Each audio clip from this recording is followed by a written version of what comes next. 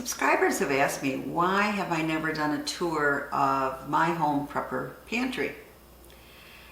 And the truth is, I'm kind of embarrassed because I look at all the fantastic pantries on YouTube. I mean, look at this gorgeous one from the Seasonal Homestead. It's both a beautiful pantry and organized by a beautiful lady. And then here's Homestead Engineering. It has gorgeous custom-made shelves with items so well organized. That 1870s Homestead has rows and rows of home canned foods and root vegetables beautifully displayed. The Texas Boys Our Family Story has a whole area with a 1-year supply of home canned jars and bulk items in matching huge white containers. And Peggy and Don's pantry does feature store-bought shelving, but they store loads of store-bought food. I'm just afraid that mine isn't as aesthetically pleasing or Pinterest ready. But then I started thinking about it and I thought, well, maybe by showing my pantry, it will help others who don't have the perfect spot for their pantry or the beautiful shelving right in their kitchen that showcases all their dehydrated or home canned goods. So I thought, okay, I will share mine. Now, as I've said before, my main prepping pantry is in the basement, and that's what I will show you today. But I do have a working pantry right next to my kitchen, and that's where I keep a lot of the items that I'm going to be using regularly, and it has my huge upright freezer in it. And then we also have what I call my husband's pantry, and that is we converted a clothes closet at the entrance, half of it. We bought some shelving, and I store all of my pressure canning equipment and slow cookers, that type of thing, but also a lot of the foods that my husband likes to make. When I'm at work, he makes his own meals, so these are some of the foods he likes. Before we go downstairs, I think it's important to mention again that your food storage needs to match how your family eats. It's really important. Don't have loads and loads of stored canned goods if you don't usually eat that. Or have a lot of bulk foods and yet your family's small. How are you going to go through that whole bulk food in a timely fashion? You have to store food that meets your family's needs. For example, when I look at a lot of YouTube pantry videos, I see a lot of store-bought canned goods and packaged foods, like Prepping the Truth's Pantry. And I mean, that's great. If that's the way your family eats, that's the way you want to store your food. But doesn't work for me.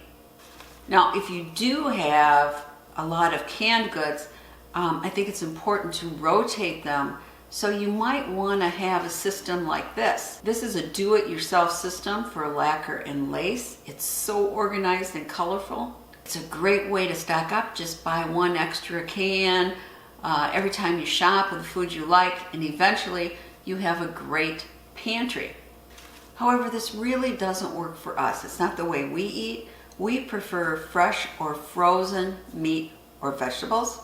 And even though I'm a huge home canner, right, I still think meat tastes best fresh or frozen. So that's usually our first choice.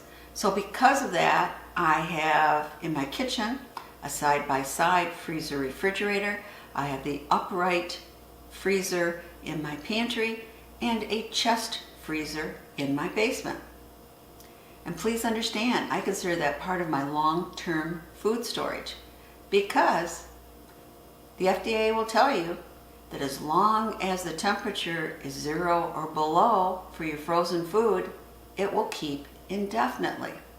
Now, quality may deteriorate a little, but what I always do is repackage the meats and vacuum seal them so they won't get frostbitten, and they last a long, long time. I once made bacon that I found frozen way in the back of My freezer, it was 5 years old and it tasted just fine. And I've done that more than once with meat that is 2 or 3 years old that's frozen in my freezer. So it is a part of my longer term food storage. And you might say, hey, what happens if you lose power? Well, of course, that's happened to us many times. And we used to have a portable generator, and now we have a whole house generator. So hopefully that helps. But yes, that could happen.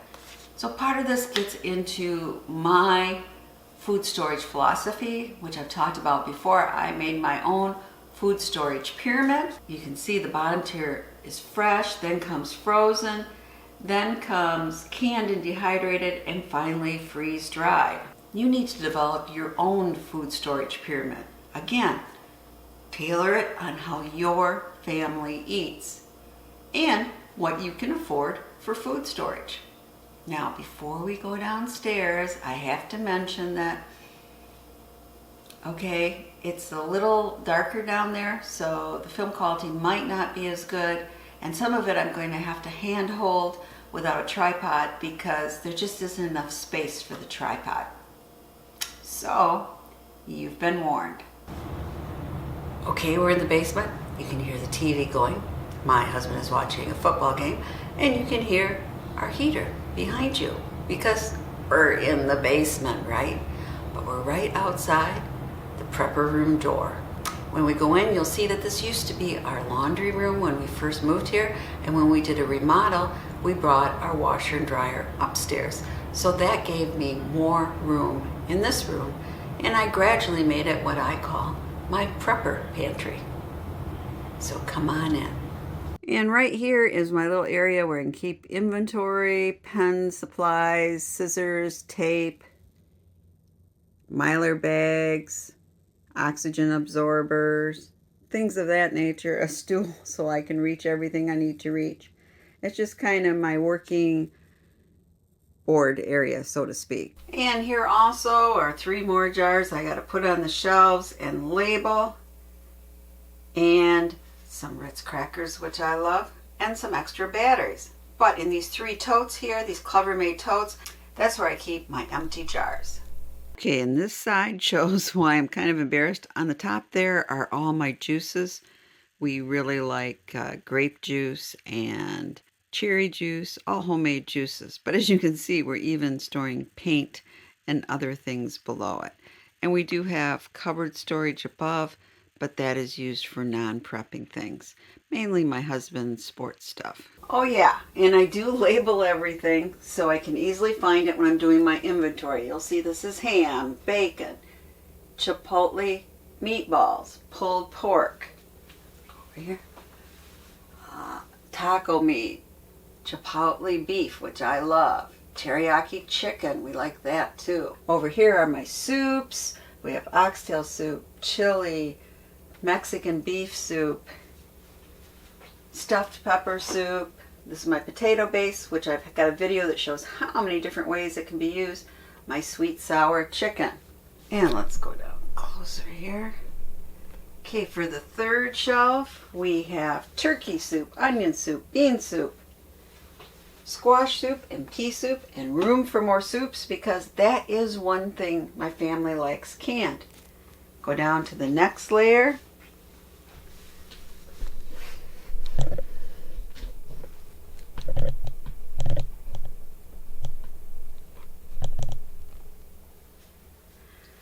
And we have some sweet and sour cabbage, kale, coconut, sauerkraut. I did not make that myself. It's purchased, of course.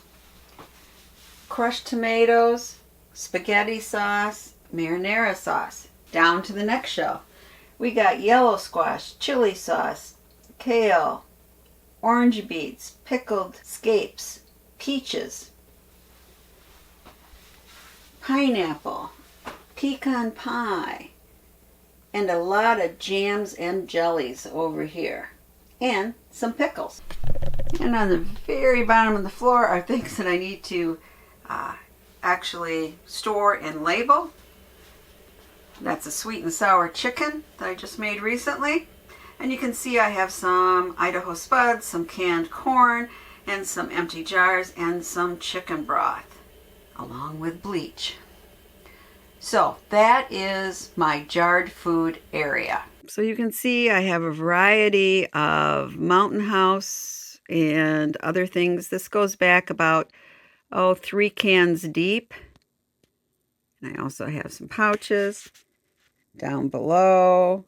A little more food. This can be more packaged food that I use a little bit quicker. And of course my beloved Spam. But over here I have cases of Mountain House chicken, ground beef, beef stew, and it keeps on going down.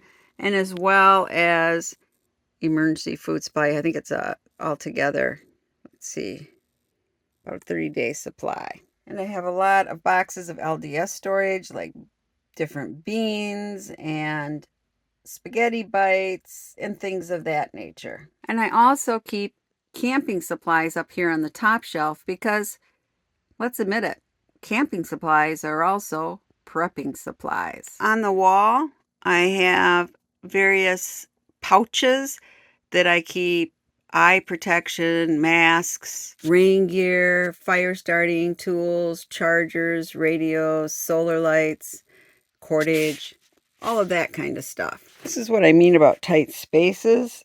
Here I have a lot of my bucket storage. Over here, let's see, well, at the very top, it's coffee for my husband. He loves that. And then I have a lot of buckets of hard red wheat that I use for my cooking, for making bread and baking. The area with the tight spaces, so it's kind of hard. I have a big bucket of rolled oats. I have individually packaged legumes, all different kinds of beans, peas, that type of thing. Down here, I have white rice, more white rice. And I have 2 buckets also of white flour. And notice I always put the date on when I purchase something. I do have some dehydrated food, but not like Darcy at the Purposeful Pantry. She is a dehydrating dynamo.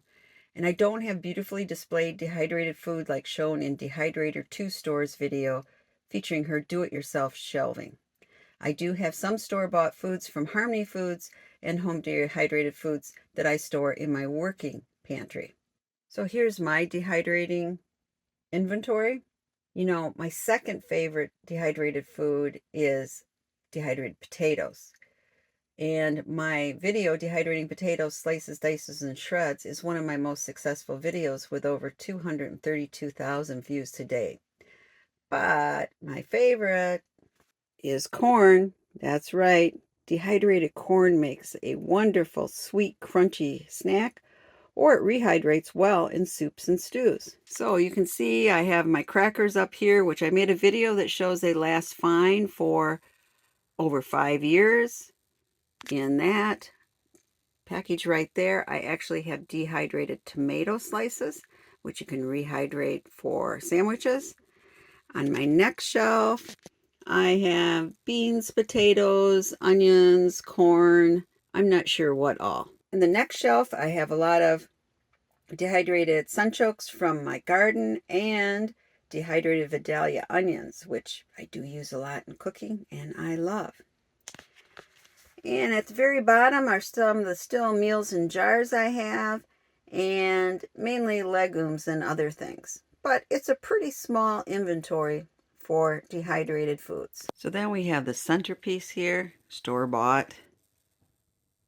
And again, I have things packed so high on the top that the lighting isn't good.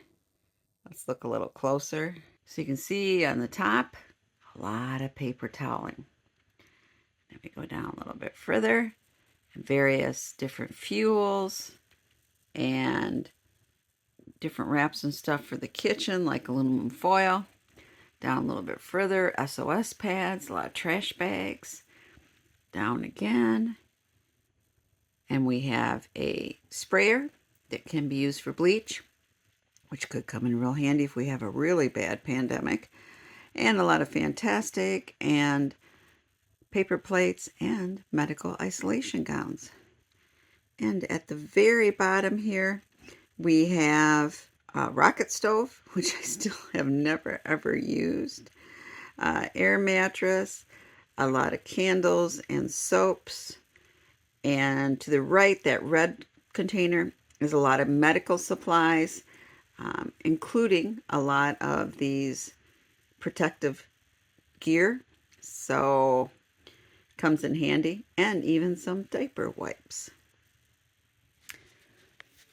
And on the side here, you'll see at the bottom, in the case down below is our propane heater. My buddy heater really came in handy before when we had lost all power and didn't have a whole house generator.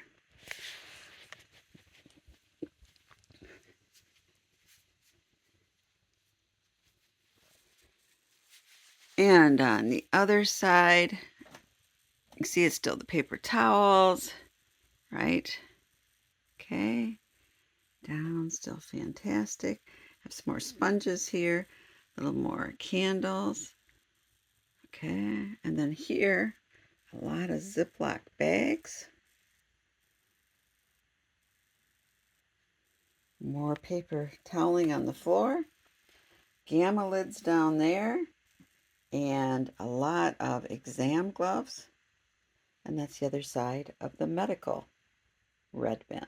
And we have cabinet storage. Up above, it really is just hiding our fuse box and things like that. But inside, okay, there on the top, a lot of emergency lanterns and lighting and matches. Go down a shelf, and we have a lot of batteries and some light bulbs. Go down a little bit further, have my repair kit, my glue kit, a lot of tape, that type of thing. And at the very bottom there, different containers and miscellaneous stuff. Then we have the shelving over here.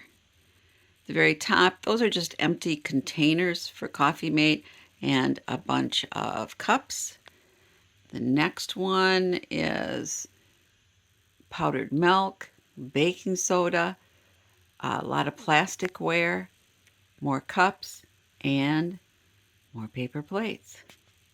Go down again, more cups, various things that rotate for the kitchen, like mayonnaise and peanut butter and vinegar and different honey, more powdered milk. Can you hear that? Water thing just went on. But anyway, okay, at the bottom here, I have a lot of baking supplies in these containers and some legumes and spices and more salt over there. And we have more buckets here. So down here are some of my buckets. Oh, and my paper plates. And I have everything from my pandemic ready bucket to even coal stored for barbecuing. And I have beans and rice and various things like that in buckets back here. You can only see the ones in the front, but there's another 5 buckets in the back. Most of them have the gamma lids, so they're easy to get into. I have to remember, I have salt there. I have beans stored there. Because it seems like when something goes in the basement, out of sight, out of mind. And over there is at the bottom a microwave, which, hey, I keep some things in. Maybe it is EMP proof. I don't know. And there's a bin with more prepping supplies. And in this door right here, can you see it? That's our manual controls, so I can get water into the house even if we lose all power and our generator doesn't work. Well, that's it. I hope you enjoyed the video, and I hope it inspires you to keep on building your food pantry no matter what area you have. It might be a closet, it might be under your bed, whatever. Keep on building your food storage pantry. It doesn't have to look Pinterest ready, but it will give you independence in an emergency and help give you peace of mind. As always, stay safe and share the knowledge. Thank you.